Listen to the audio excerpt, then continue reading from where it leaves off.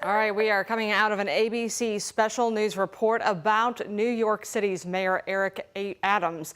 A sweeping 5-count indictment alleging a number of issues dating decades that, if convicted, could put this man in prison. We'll have the latest on what those charges entail and what he's up against coming up in the next few minutes. But for now, your news at noon with top headlines begins.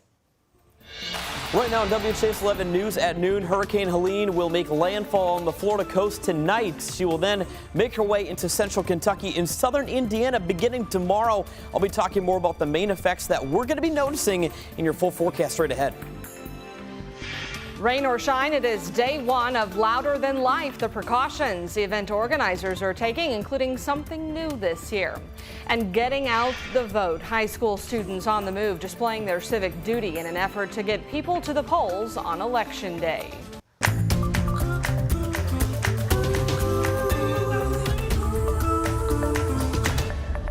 Thanks so much for joining us here at noon on this Thursday. I'm Brakash, joined by meteorologist Sam Gabrielli. Okay, so we want to get to the local forecast at this point, but everything's really dating back to where Hurricane Helene is right now on the Gulf. Yeah, that's right. We're starting off pretty quiet so far, Brooke, but things will be changing a lot more locally. Give it about 12 more hours and beyond. Get used to the sunshine because soak it in while you can. It's going to be disappearing and gone for basically until early next week. We're not going to be seeing any sun this weekend. A quick look out the door right now. Mid to upper 70s found in some spots, although mid 70s for most of us, even low 70s in Iroquois Park and Shepherdsville, getting your afternoon started at 76 degrees. So a little bit closer on throughout the course of the day today. We are going to be watching clouds building, especially as we get later on throughout the course of the afternoon. Notice these rain shower icons as early as 9 and 10 p.m. this evening.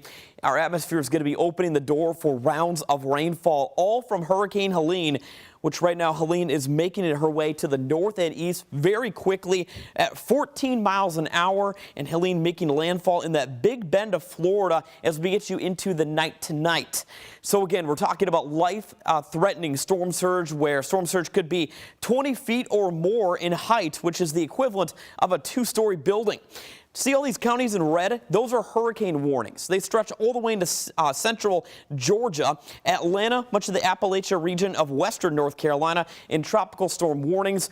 We're going to be talking about the impacts locally in the Ohio Valley from Helene, and it all begins tonight, where it's going to be coming in the form of some steady rainfall as early as 9 and 10 p.m. That rain will fill in and make for a very rainy morning commute tomorrow. In fact, you see all of us dealing with some heavy rainfall and strong winds. So because of that, we're issuing a weather impact alert day. Brooke, I'll be talking in more detail about how much rain's in that forecast as we end the weekend coming up, or end the week coming up.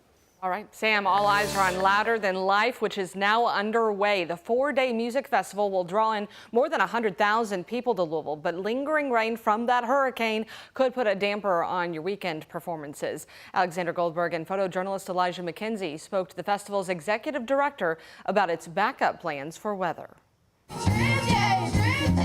I feel like moshing in some mud, that's going to add a whole nother layer to what the usual festivals are like. Rock fans at Waterfront Wednesday gearing up for Louder Than Life, and also preparing for the weekend to get a little messy. We'll get a little wet. Music's playing, doesn't matter. Bust out, slip and slide. Danny Hayes, CEO of Danny Wimmer Presents, the company that puts on Louder Than Life, says they're watching how severe an impact Hurricane Helene could have on the festival. Right now there is some chance of high winds on Saturday, so if that were to happen, we would have to evacuate, but rain or shine, no evacuation. He says an evacuation would take place only in case of lightning within an 8-mile radius or high winds. Hayes making this appearance in front of the Waterfront concert crowd. There will not be a weather cancellation this weekend. Hayes insists the fairgrounds property is ready to take on the storm. The reason we moved to this site several years ago is this site is built to handle the weather. This will not be a repeat of Champions Park from 2018. Champions Park on River Road, flooded stages in an empty venue. This is Louder Than Life in 2018 when it was canceled because of flooding. You can't control the weather. You can't blame the festival promoters. You can't blame anybody, you know. Despite the storms, and for now, Louder Than Life is holding its ground. And that's where we really ask for the fans' cooperation, is if we're saying we need to evacuate, we know something's coming and it's time to evacuate. In Louisville, Alexandra Goldberg, WHAS 11 on your side. Some things to keep in mind to prepare for the weekend. There will be an indoor space available to shelter from the rain. And if the festival needs to evacuate, fans would know hours beforehand, and the festival would begin that evacuation before the storm gets any bit dangerous. Don't forget to bring an extra change of clothes because it will be muddy. And just late yesterday, Louder Than Life announced guests will be able to leave and return to the festival. Guests must, of course, scan out in order to be able to get back in. You can go to your car to stay dry or to get your dry clothing, but your vehicle must remain in that parking lot. Once you leave it, you'll be required to purchase parking again to return. Due to the forecast for Friday night, a bunch of football games from our area have been moved to tonight. We know of at least 14 games. Manual High School, which is hosting Christian Academy of Louisville, will now play tonight at 7. Kentucky Country Day versus LaRue County made the switch, kicking off tonight at 7:30. Some are still holding out. Mail at PRP will stay put Friday night, and the St. X Trinity game at L&N Stadium is still on for tomorrow. We know that's a big one. And a side note, for Borden Henryville schools, the district will operate on an e-learning day tomorrow due to pending weather. You can stay connected with everything weather related right now on WHAS11.com. Louisville's Deer Park neighborhood is calling on the city to make changes after repeated car crashes at the same busy intersection. It's where Norris Place and Stevens Avenue meet, and it's seen 2 crashes in just the last 2 weeks. Streets for People Director Chris Glasser said this has been an issue for years. The low visibility at the hill, that creates just a confluence of a dangerous intersection. The whole corridor, essentially from Eastern Parkway at Norris all the way to Douglas at Barsham Road, is a very unsafe corridor. Glasser and those we spoke to who live along that intersection are pushing for increased safety and traffic calming measures like a 4-way stop. In an update, Louisville Public Works said our traffic engineering department is searching the records to analyze this data to determine whether a 4-way stop should be installed. 2 people are in custody after leading police on a chase through Indiana and Kentucky. Jeffersonville police were alerted to a woman wanted for kidnapping who was in the city just before noon yesterday. Police attempted to stop that car and saw 3 people inside. The car fled through Jeffersonville and then into Louisville on I-64, which at one point one of the passengers jumped out of the car. Louisville police were notified of that chase and responded to the same car, which then hit a pedestrian around 10th and Broadway. We know that person is expected to survive. The chase ended back in Indiana, where 2 people were arrested, including the driver, Chad Allen DeVore, and the woman wanted for kidnapping, Brooke Lescalette. A Letcher County sheriff accused of fatally shooting a judge in his chambers pleaded not guilty this week. Sheriff Sean Steins appeared in court yesterday in front of a special judge out of Carter County. The shooting happened last week at the Letcher County Courthouse. Kentucky State Police said the sheriff then turned himself in after shooting Judge Kevin Mullins. Steins showed up in a court virtually with a public defender, which brought into question his salary. As it is a matter of public record, this sheriff makes about $115,000 a year. The judge noted that salary would usually disqualify him from receiving public assistance in this case.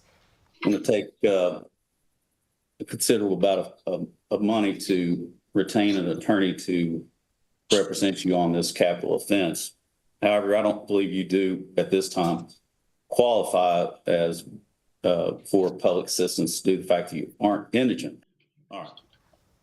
Now, the judge in this case appointed the public defender to him for the limited purpose of assisting Steins at his next court hearing on October 1st. The judge also said the court may require him to hire his own attorney for a later date. The Muhammad Ali Center remains closed today. More than 100 workers are cleaning the center after the building's HVAC system was damaged in a fire last Wednesday. It ignited in the center's parking garage and the smoke filtered into the interior. The center said none of the exhibits were damaged by fire. Our artifacts, where the majority of Muhammad's items are stored here on site, operate on their own HVAC system, so it's not impacted long term while we work to repair that. The HVAC system that was impacted is just for the exhibits and the workspace. The center said it still doesn't have an exact timeline when it'll reopen, but it does expect the closure to last a few more days. Its new CEO, Devon Holt, will join us this evening for a live interview with that update at 5:30. Louisville Mayor Craig Greenberg says he is running for re-election in 2026. Greenberg will hit the 2-year mark of his 4-year term come January. And due to a recent change by the Kentucky General Assembly, he can only serve 2 terms. Greg Fisher was the last mayor to serve 3. In a statement emailed to us, Greenberg said, "I intend to seek re-election in 2026 and have taken some initial steps, including filing appropriate paperwork. I am focused on being mayor, and we will have a formal campaign kickoff next year as we get closer to the 2026 election." We also reached out to the Jefferson County Republican Party, who said in a statement with Chair Don Fitzpatrick, "We look forward to helping ensure strong conservative alternatives to the current administration for the mayoral election." More Kentucky lawmakers are calling for Louisville State Representative Daniel Grossberg to resign. These latest calls come from Democratic leaders in the Kentucky Senate. In a statement, they said the recent allegations involving Daniel Grossberg are deeply troubling. No one should be subject to harassment or intimidation in any setting. Given the seriousness of these accusations, we call on Representative Grossberg to relinquish his seat immediately. And despite being expelled from the caucus, Grossberg's attorney was adamant last week he would not resign. He also denied any wrongdoing.